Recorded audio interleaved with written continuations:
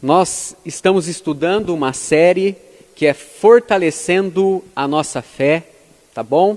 Nós estamos no 10º episódio. Hoje nós vamos falar sobre as duas casas, os dois alicerces e os dois destinos que nós encontramos em Lucas no capítulo 6, do versículo 46 ao versículo 49, tá bom? Vamos à leitura, irmãos. Jesus fazendo o seu sermão, tá bom? Nós escolhemos o texto aqui para dar um pouco mais de introdução, de uma forma mais resumida para nós, tá bom? Versículo 46. E por que me chamas de Senhor, Senhor, e não fazes o que eu digo? Qualquer que venha a mim e ouve as minhas palavras e as observa, eu vos mostrarei a quem é semelhante. Semelhante ao homem que edificou uma casa, e cavou, e abriu bem fundo, e pôs os alicerces sobre a rocha. E vindo a enchente, bateu com ímpeto a corrente naquela casa, e não pôde abalar, porque estava fundada sobre a rocha. Mas o que não ouve e não pratica é semelhante ao homem que edificou a sua casa sobre a terra, sem alicerces, na qual bateu com ímpeto a torrente, e logo caiu. E grande foi a sua ruína, a ruína daquela casa. É um texto bem conhecido, né? Também nós encontramos lá em Mateus, no capítulo 7, versículo 24, né?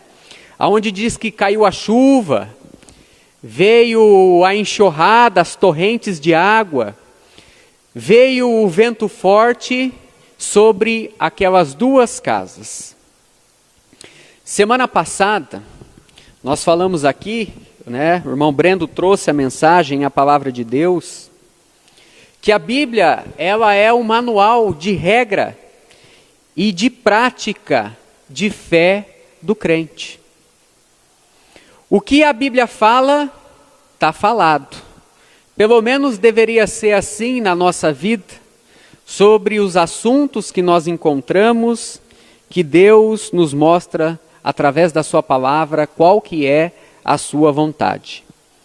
Não deveria ter nada para nós, para os crentes, para as pessoas que amam a palavra de Deus, nada de mais valor nesse mundo do que a Bíblia. A Bíblia chama a própria palavra de tesouro. A Bíblia diz que o coração do homem deve ser guardado como um tesouro para a palavra de Deus. Porque a palavra de Deus nos instrui, nos transforma, nos tira da condição de pecador. Vamos lembrar que o próprio Senhor Jesus, ele foi chamado de a própria palavra de Deus. Se você perguntar para um islão, para uma pessoa que não tem a palavra de Deus, mas tem o Alcorão, ele vai dizer que Jesus é a própria palavra de Deus. Ele pode não crer em Jesus como Deus, ele pode não ter salvação porque ele não conhece e não quer conhecer todo o poder que está em Cristo.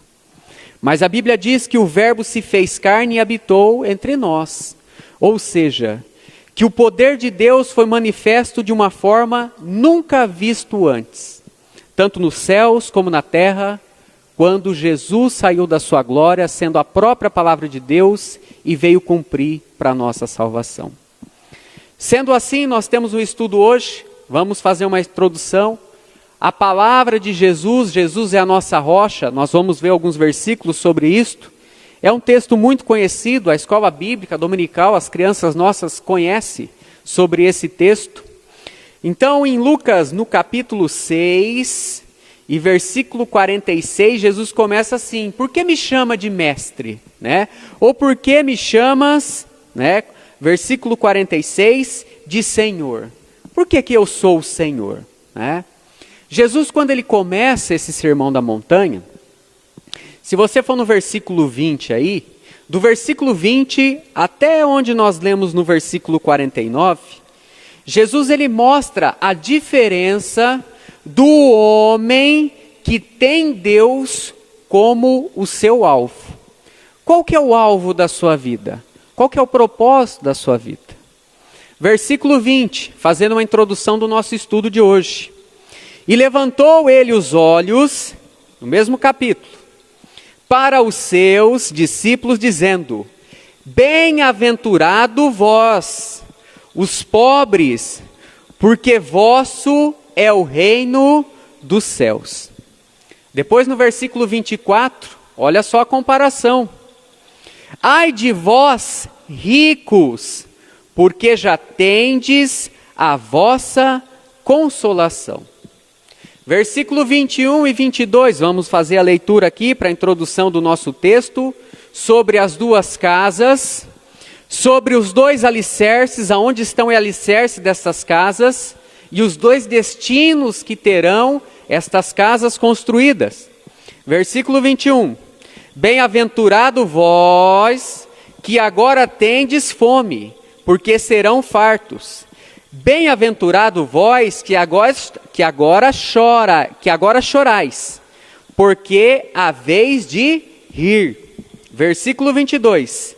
Bem-aventurados sereis quando os homens vos odiarem, e quando vos separarem, e vos injuriarem, e rejeitarem o vosso nome como mal, por causa do Filho do Homem. Versículo 25, ai de vós que estão fartos, porque tereis fome. Ai de vós os que agora rides, porque vos lamentarão e vos chorei. Então, no Sermão da Montanha, aqui em Lucas, no capítulo 6, do versículo 20 até o versículo 49, Deus mostra a diferença do homem que tem Deus como seu alvo e aquele que não tem. Jesus, nesses capítulos, você pode ler na sua casa, Mateus também, capítulo 5, 6 e 7, sobre o Sermão da Montanha.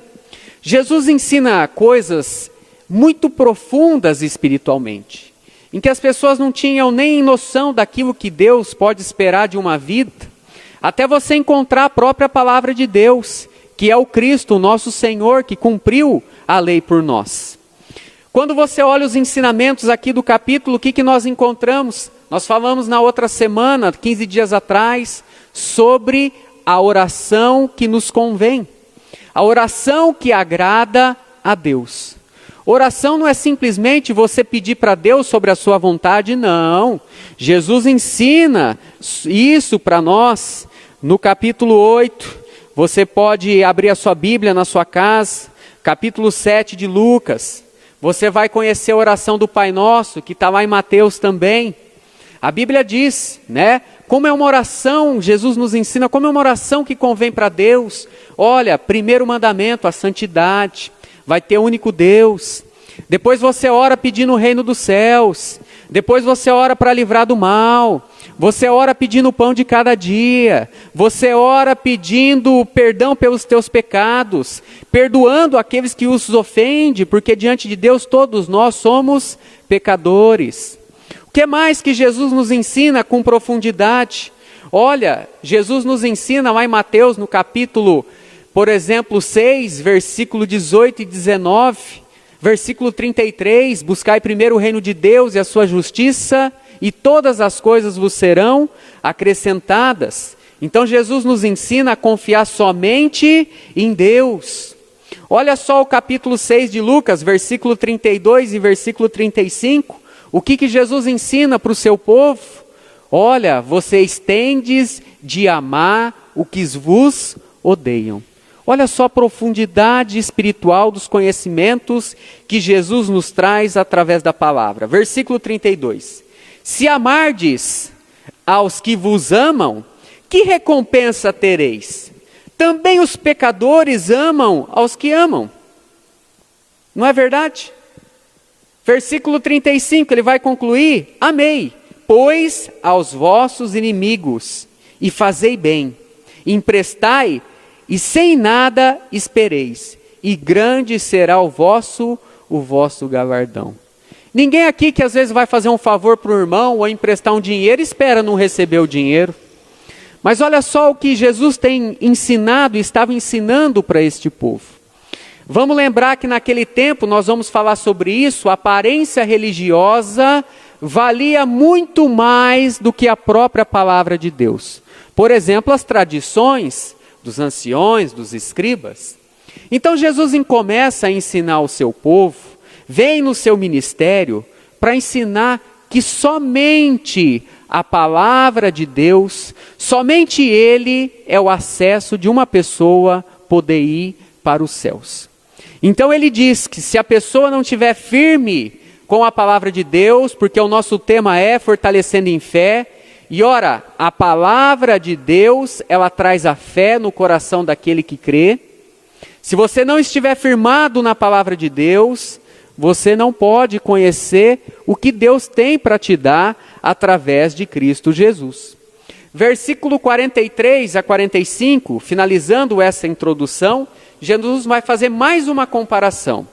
Versículo 43. Porque não há boa árvore que dê mau fruto, nem má árvore que dê bom fruto. Porque cada árvore se conhece pelo seu fruto, pois não se colhem figos de espinheiros, e nem da vinícola uva dos abrolhos. O homem bom, do tesouro bom do seu coração tira o bem, e o homem mau, do seu mau coração tira o mau tesouro, porque da abundância do seu coração a sua boca está cheia. Quando você olha para uma pessoa, Jesus está nos dizendo aqui, você não consegue identificar se essa pessoa é uma pessoa que está firmada na palavra de Deus ou não, apenas pela aparência. Naquele tempo, sim. Aquelas pessoas que estavam em volta do templo, em que chegavam aos gasofilaços e depositavam suas moedas, não é assim que nós encontramos? Aquelas pessoas que às vezes eram jogadas na rua, aquela pessoa lá não é uma pessoa religiosa, porque ele foi acometida daquele mal. Então a aparência nos rodeia até hoje. Muitas pessoas acham que se elas não cortarem o cabelo, se elas colocarem uma gravata no seu pescoço, um paletó, isso vai servir de alguma coisa para a sua salvação. Mas não é isso que Jesus está falando. E Jesus ele traz no versículo 46 ao versículo 48, 49, um exemplo para nós. Quando você vê uma árvore que nós lemos aqui, ou quando você vê uma casa, né? Tanto a árvore como uma casa, você não consegue identificar se aquela é uma árvore boa para comer os seus frutos, ou se aquela casa foi uma casa bem construída, aonde você pode comprar e morar muitos anos que ela não vai cair. Você não sabe. Enquanto não chegar o tempo dos frutos para você comer, você não sabe se aquela é uma boa árvore. Às vezes você chega num pé de laranja, vai chupar, você não consegue chupar uma laranja, parece um limão, não é verdade? Às vezes você entra numa casa, você compra uma casa, você acha que a casa foi bem construída, e passa um tempo, a casa começa o quê? Começa a rachar.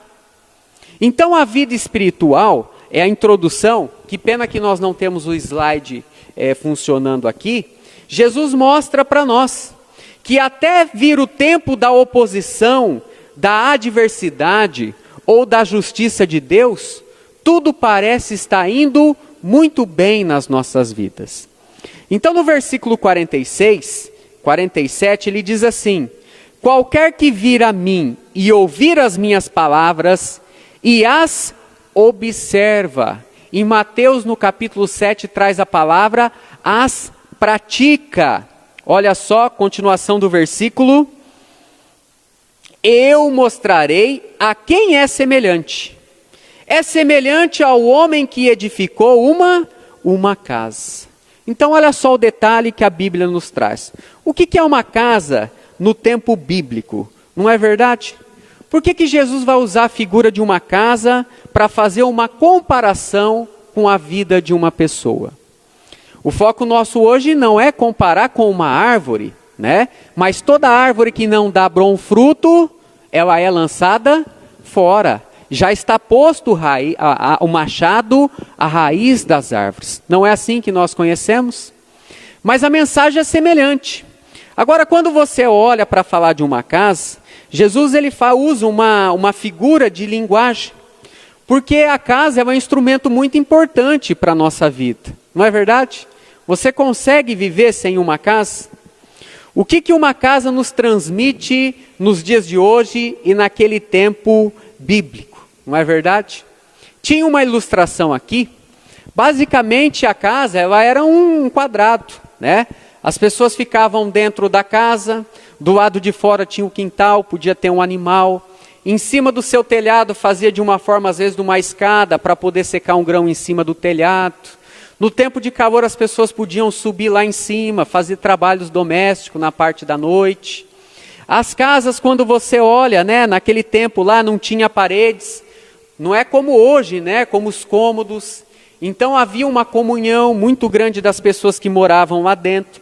Porque todo o espaço da casa era de uso comum, né? Podia ser que uma parte podia ser separada por um pano ou não. Todos dividiam o mesmo espaço daquela casa. Hoje nós temos às vezes um ou dois filhos já brigam por causa de uma TV. Imagine naquele tempo em que o pai e a mãe viviam num cômodo pequeno da casa e tinha mais filhos ali para dividir todas as coisas. A nossa casa, a casa naquele tempo, né, olhando para qual era a função da casa. Olha, uma casa, se você olhar, ela serve para quê? Bom, primeira coisa que nós podemos dizer é que uma casa serve para nos proteger, para nos abrigar do frio. Não é verdade? Em tempo de frio, como é que se abriga? Você pode pegar uma coberta. Se você estiver para fora da sua casa, só uma coberta não vai dar jeito. No tempo de chuva, no tempo de calor, no tempo de vento. Não é assim? A casa, então, ela serve o quê? Para nos proteger, para nos abrigar. A nossa casa serve para nos dar descanso. Você trabalha o dia inteiro, você quer repousar, você quer ter uma paz. Você vai para onde? Você vai para a sua casa. Você quer partir o pão com a sua família, você quer ter um momento de comunhão, um momento de lazer. Então olha só, a casa é um instrumento mais importante da família ali para as atividades do cotidiano de todo dia.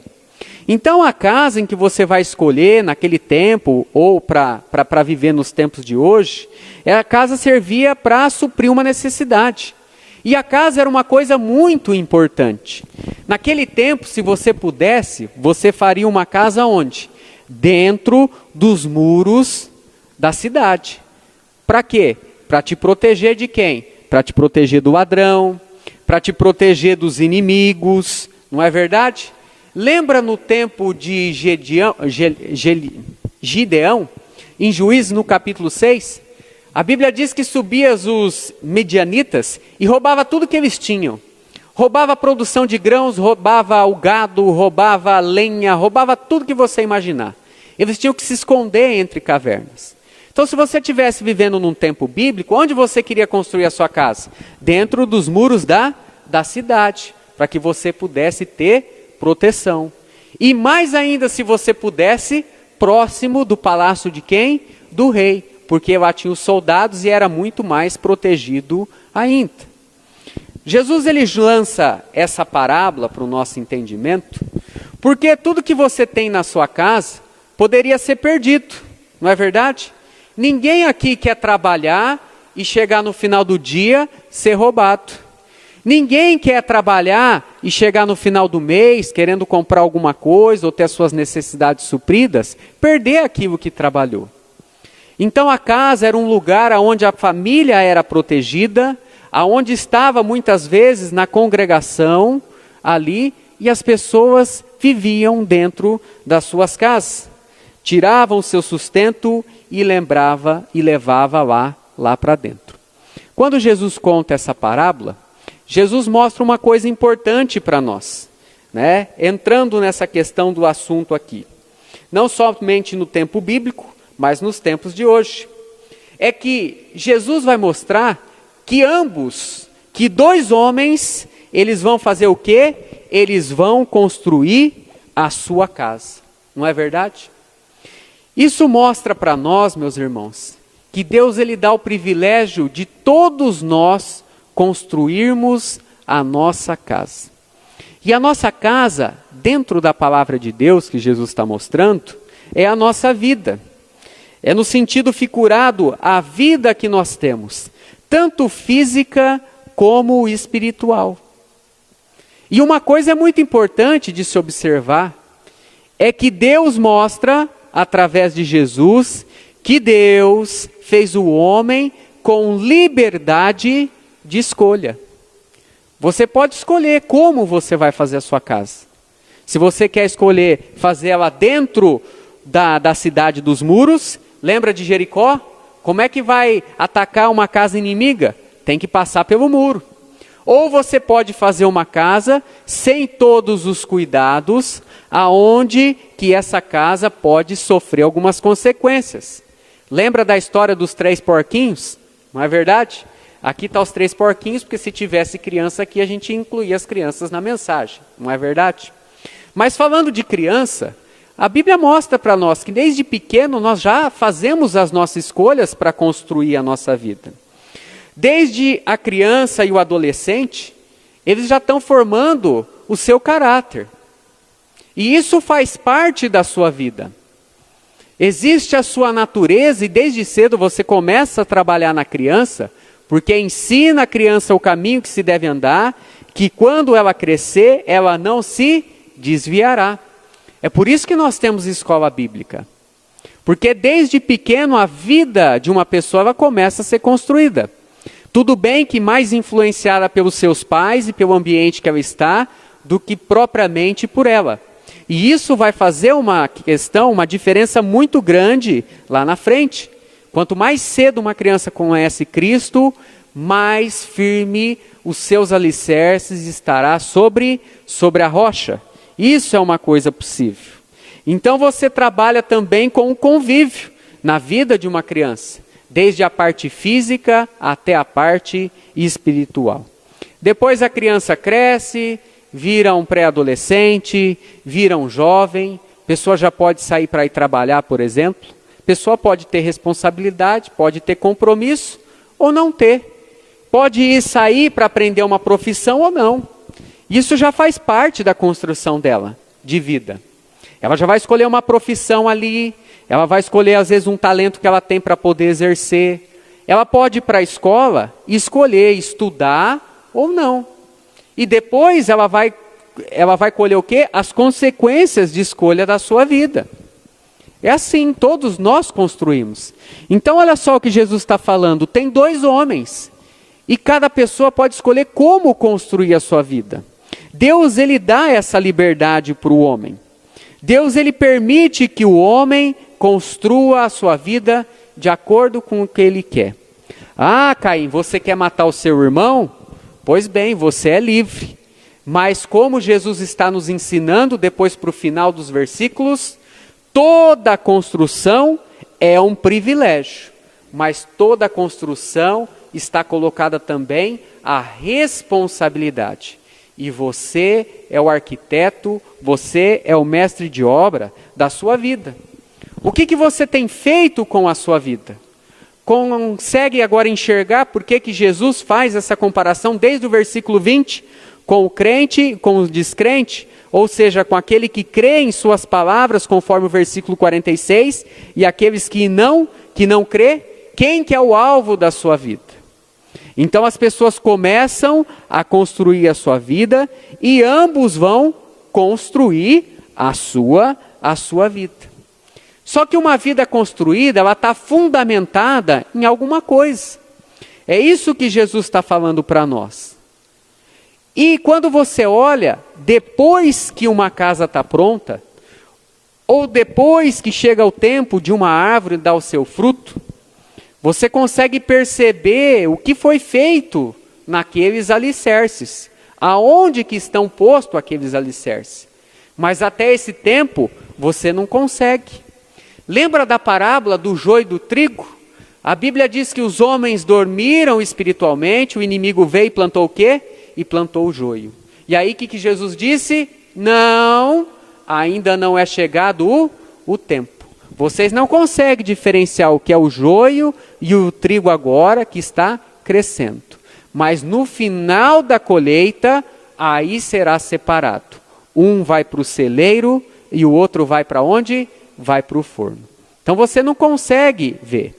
Você pode ver as duas casas aqui, essas casas aqui na frente são todas repetidas, mas pode ser que algum pedreiro não construiu o alicerce bem construído. Na rocha, talvez ele tenha achado uma areia e não cavou mais fundo para poder chegar na rocha. Mas aparentemente parece que as casas são iguais. Mas olha só o que Jesus diz, não são. Porque chega um tempo que há o quê? A oposição. A oposição da chuva, da tempestade, das condições climáticas. E aí você vai descobrir depois lá na frente como essas casas elas foram construídas. Tem 3 coisas que o homem não pode vencer. O homem não pode vencer a morte, o homem não pode vencer o pecado e o homem não pode vencer o quê? O tempo. O tempo diz e dirá se aquela árvore dá bom fruto e aquela casa também. Você às vezes chega, por exemplo, num velório, né? Nós estamos vivendo um tempo de pandemia, onde que quase 600 mil vidas foram antecipadas antes da sua hora, se não tivesse essa pandemia. E aí você olha para a vida de uma pessoa e você não sabe quem tem Cristo e quem não tem Cristo, não é verdade? Ou às vezes você sabe, às vezes você pode ir num velório de uma pessoa que tem e não tem. E ali naquele tempo você já começa a perceber as diferenças, não é verdade? Geralmente quando você vai num velório de uma pessoa que não tem Cristo, há ali o quê? Há muito choro, não é verdade? Não há consolo. Porque as pessoas elas não estão firmadas na sua mente, em primeiro lugar, aquilo que Jesus disse: eu sou a ressurreição e a vida.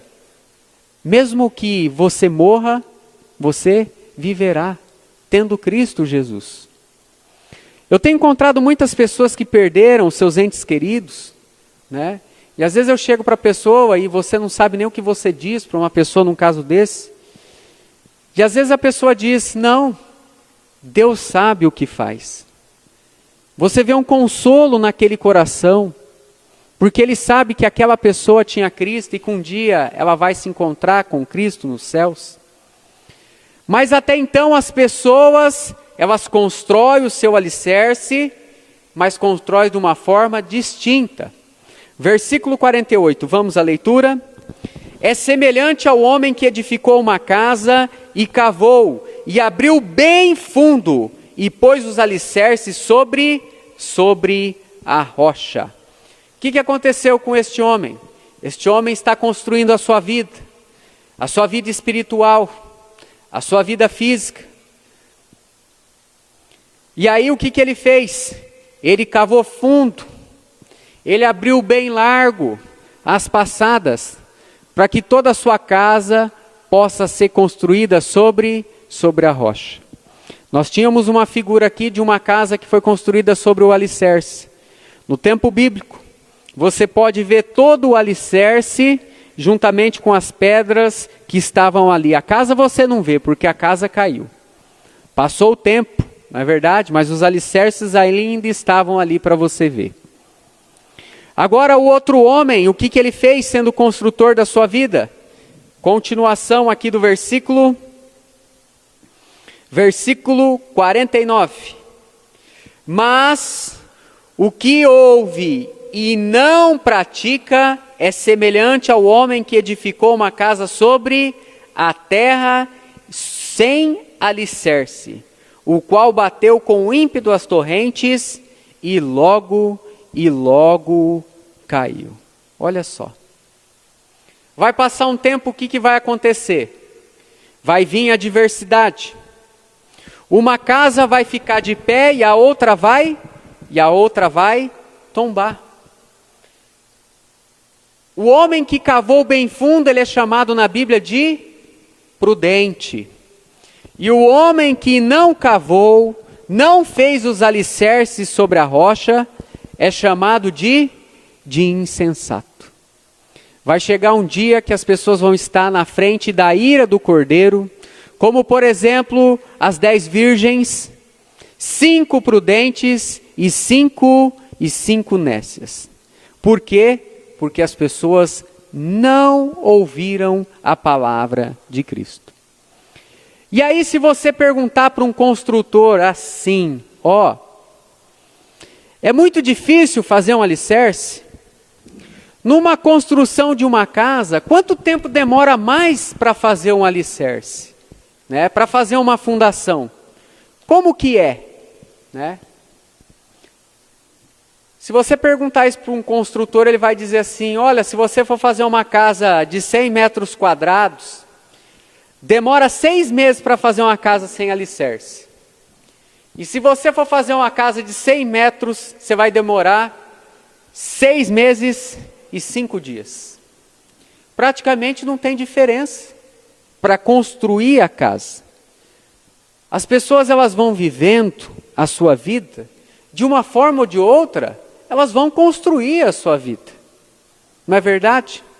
É claro que todos nós queremos o abrigo contra o mal, queremos desfrutar o nosso trabalho, desfrutar, ver os nossos filhos crescerem, a nossa família se multiplicar, mas e quando chega o dia em que as torrentes, que a tempestade e todo o mal vem para a sua casa? Porque quem que pode garantir que nós não vamos ter mal? O que Jesus disse? Já basta cada dia o seu mal. E aí chega a morte na vida de uma pessoa. Não é assim que a Bíblia diz? Teve a chuva, então vem as mortes. Qual que é a diferença de uma casa que tem Cristo ou não? Estava vendo a história esses dias, né? Essa semana. A pessoa tinha tudo que ela queria conquistar na vida. Quem acompanha futebol sabe quem que é o Adriano Imperador, não é verdade? Ele diz que depois que o pai dele morreu, nunca mais ele teve disposição para jogar futebol. Ele falou, não tinha mais alegria, eu só tinha tristeza. Eu só tinha vontade de chorar porque o meu pai, que era a razão da minha vida, de eu estar aqui, de estar sempre comigo, eu vi o sofrimento dele, eu queria devolver todo o bem que ele me fez, mas ele não está mais aqui. E ele poderia ser um dos maiores jogadores de todos os tempos. Aonde que está firmada a sua vida? Aonde que ele cavou para fazer a sua estrutura, a sua história? Em que fundamento? É para dar um exemplo, o pai dele morreu e a sua vida acabou. E ele disse, eu fui para as drogas, eu fui para a bebida e eu nunca mais consegui fazer o que eu gostava. Não é fazer uma coisa que você não gosta, é fazer o que eu gostava, que era jogar bola. Nunca mais. Quando chega o tempo, por exemplo, da enchente, são os acidentes no percurso da nossa vida. Você não cava, você não aprofunda, você leva a sua vida diante de Deus de qualquer jeito. Quando chega o tempo da adversidade, o que acontece? Não é verdade? Olha, um outro exemplo. Está tudo bem, o time está contente, vai fazer a primeira final, né? Pega um avião, vai para a Colômbia, cai o avião, morre quase todo mundo. É um acidente no percurso. Não é verdade? Quando você vê uma enchente, quando você vê um terremoto, quando você vê lá, por exemplo, em Santa Catarina, que aquelas casas, elas desabam porque a fundação não está o seu alicerce na rocha. É a mesma coisa que acontece com a vida das pessoas. Quantas pessoas não se recuperaram até hoje daquele acidente? Porque não tem esperança em Cristo. Nós sabemos que alguns ali tinham, mas nem todos tinham. Então olha só, porque a diferença de fato na vida de uma pessoa, ela está na fundação. na execução de quando você vai construir a sua vida. Abra em 1 Coríntios, no capítulo 3 e versículo 11. Porque é nesse momento em que você está construindo, juntamente com a rocha, a sua casa. Porque eu estou falando de coisas físicas, mas vai chegar o tempo da justiça de Deus. Nós vamos falar daqui a pouco sobre isso para finalizarmos. A Bíblia diz, porque ninguém pode pôr outro fundamento além do que já está posto, o qual é Cristo Jesus. Não há outro fundamento, nem para a vida física e nem para a vida espiritual, que não é Jesus. Hebreus capítulo 11 e versículo 1. Né? Como que uma pessoa chega até Cristo? Olha, pela fé, né? Pelo ouvir da palavra de Deus. Hebreus capítulo 11, versículo 1 diz assim: ora, a fé é o firme fundamento das coisas que se esperam e a prova das coisas que não se vê. A tua crença, a tua fé, ela está firmada em qual razão? Em qual fundamento? Em qual alicerce? É nas coisas que você espera, não neste mundo, como Jesus está nos ensinando no sermão? Ou são coisas neste mundo terreno? Você está esperando o quê? Ficar rico neste mundo? O fundamento da sua vida, do seu propósito, é o dinheiro, é a riqueza? É uma pessoa, como o pai, a mãe, esposo, esposa, filhos? Emprego, trabalho? Olha só o Noé. Não importa quantos anos o Noé trabalhou, fora os 120 da arca. Tudo que ele trabalhou foi perdido. Jesus promete galardões aonde? Efésios capítulo 2 e versículo 20 diz: edificados sobre o fundamento dos apóstolos e dos profetas. Que fundamento é esse? Continuação do versículo. De Jesus Cristo, o qual é a pedra principal ou de esquina. Então olha só, porque é um assunto que as pessoas conhecem. Isso aqui as crianças conhecem do que eu estou falando. Ambos os homens constroem a sua casa. Todos nós temos o privilégio, mas temos a responsabilidade. E vai chegar num tempo do fim, que é a nossa mensagem de hoje, para nós já concluirmos, que é 2 casas, 2 alicerces e dois destinos. Quando a nossa fé não está firmada em Cristo, quais são as nossas obras aqui neste mundo? Quais são os nossos frutos? Falando do ponto de vista de fé, vamos pegar o exemplo de 2 pessoas crentes. Abraão e Ló, ok? Qual você percebe que construiu a sua casa sobre a rocha? Quando você olha para as suas obras, para os seus frutos, não é verdade? Olha só o que nós encontramos na vida de Abraão. É um homem de fé. Deus diz para ele, larga tudo, sai da onde você está, e depois que você for para uma terra e chegar lá, eu te aviso onde que é. Depois Deus diz para ele, olha, é o seguinte, toda a família ela vai ser bendita em ti, porque você tem que ensinar a sua casa a me servir, então eu vou te dar um filho. Aí você olha, aonde que está firmado a sua vida, se não na palavra de Deus. Aí você olha para a vida de Ló. O que nós encontramos na vida de Ló com as suas obras e os seus frutos? Só para dar um exemplo, a diferença das 2 casas quando veio o tempo. No tempo de Abraão, Deus pede um sacrifício, ele vai lá para sacrificar o seu filho, e você olha que de fato a descendência de Abraão é uma grande nação. Agora, quando você olha os frutos e a obra de Ló, o que você encontra? Nada. Ele perde tudo que ele tem, Sodoma e Gomorra.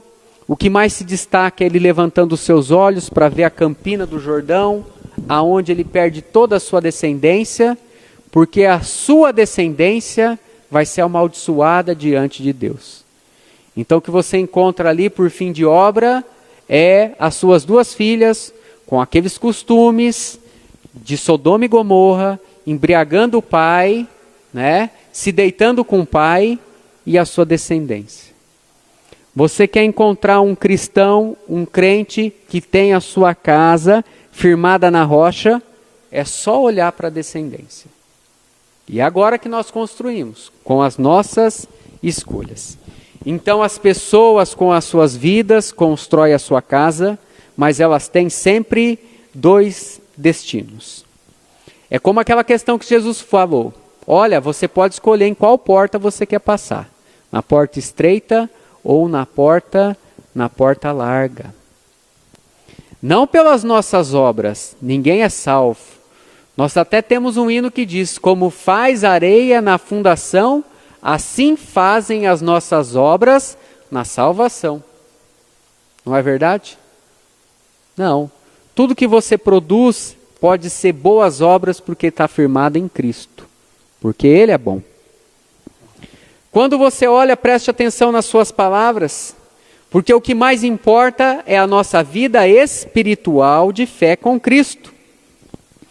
As duas casas são aparentes, mas quando chega a oposição, ou pelos inimigos, ou pela adversidade deste mundo, ou mesmo pela justiça divina, pela consequência dos pecados, que começou lá com a desobediência de Adão. Não é só o mal do ladrão, da adversidade, da doença, da morte, tudo isso é consequência do pecado. Mas um dia todas as pessoas vão estar na frente do Senhor. E ali serão julgados. Quando você olha a casa no versículo 49, essa casa é uma casa que tomba. Então há um sentido espiritual. Por quê? Porque quando uma casa tomba, ela não tem chance de ser reconstruída. Pode perceber o que a Bíblia está nos dizendo aqui. Quando você olha para a parábola, no versículo 49, você vê que a expressão que diz assim, olha, grande foi a sua queda. Muitas pessoas olham para a palavra de Deus, olham para a sua vida e acham que está tudo bem, mas não está. Porque se você não tiver Cristo Jesus como seu único e suficiente Salvador, não está bem. Porque você só tem uma chance, e é enquanto você está vivo, porque depois que a casa tomba, significa que você morreu. A chance vem antes de se encontrar com Deus. Então o propósito das nossas vidas é estar firme com Deus. É ter o fundamento da nossa vida, a razão pela qual eu vivo, com Deus. Por isso que Jesus mostra qual é o seu alvo, qual é o alvo da sua vida. E quando a gente conclui essa parábola, sem problema nenhum, é de fácil entendimento, nós encontramos que, primeiro ponto que nós podemos destacar para nós terminarmos. Ninguém pode ver a fé de ninguém até a pessoa ser o quê? Ser provada. Você conhecia a fé, por exemplo, de Daniel? As pessoas conheciam? Não. Conheceram no tempo da adversidade. As pessoas conheciam a fé de Noé em Deus? Não. Até o tempo que chegou o tempo da adversidade. As pessoas conheciam a fé, né, que estava no coração, por exemplo, de Abraão? Não. Até chegar o tempo da adversidade. E será assim e é assim. Pode ser que seja no tempo físico, não podemos excluir isso, que é no dia de aflição. As pessoas que não têm Cristo, às vezes com uma notícia como nós citamos, ela se desespera. Mas as pessoas que têm Cristo, você pode ver a sua fé, porque chegando uma notícia ruim, que não lhe agrada, muitas vezes você encontra até nessa pessoa, a fé dela, um descanso em Deus, mesmo que não favorece. Desculpa, Jó, vem uma tempestade aí, você perdeu tudo que tinha, seus filhos morreu, louvado seja o Senhor.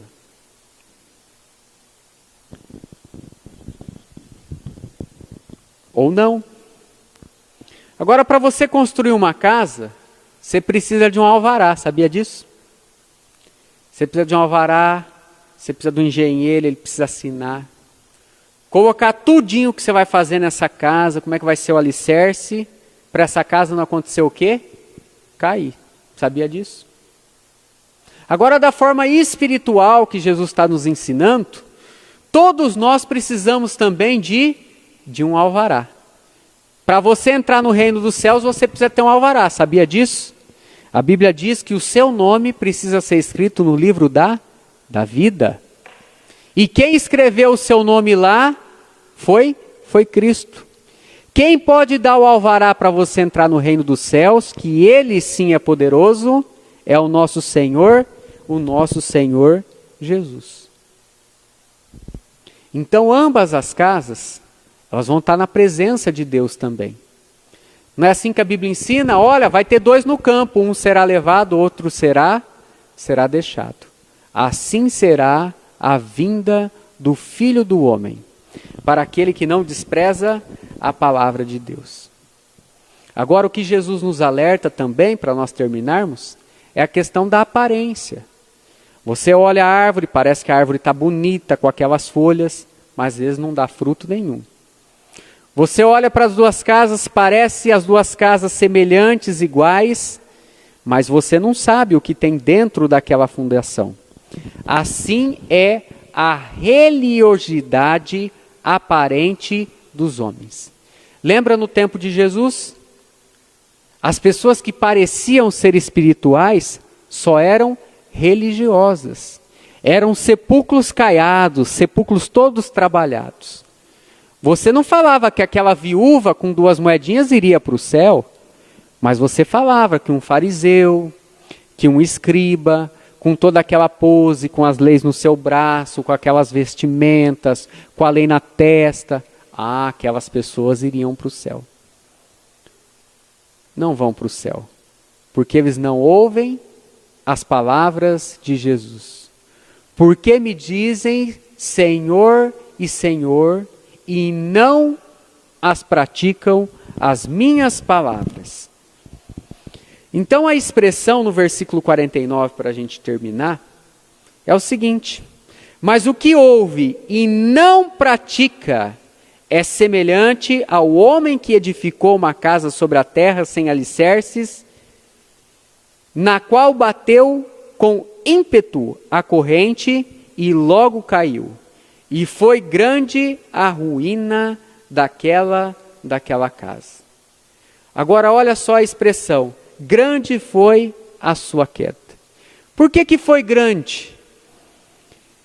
É porque foi surpreendente. É verdade. Foi surpreendente, porque é a aparência. Senhor, quem pecou para que este nascesse cego? Eu sempre trago esse exemplo aqui, né? Mas semana que vem eu vou trazer um outro exemplo, né? Para não ficar a mesma repetida, né?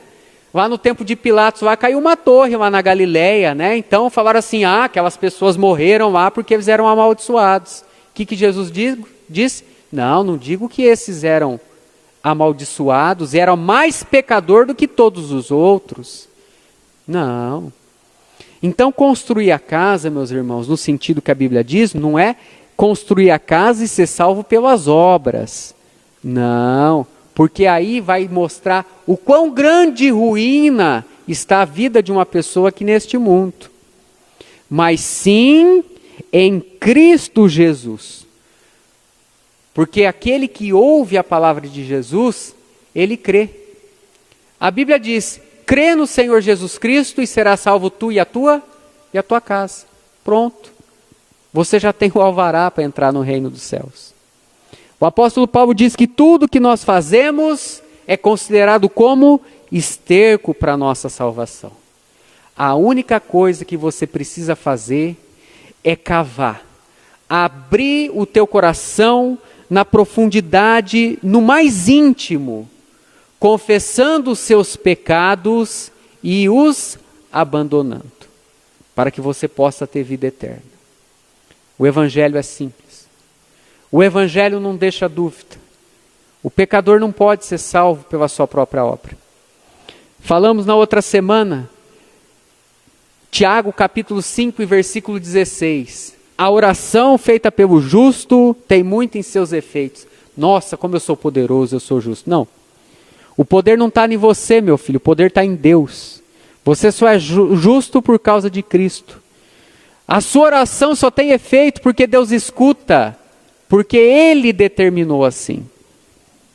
Mas Ele fala para nós orarmos. Ele fala para nós confessarmos os nossos pecados.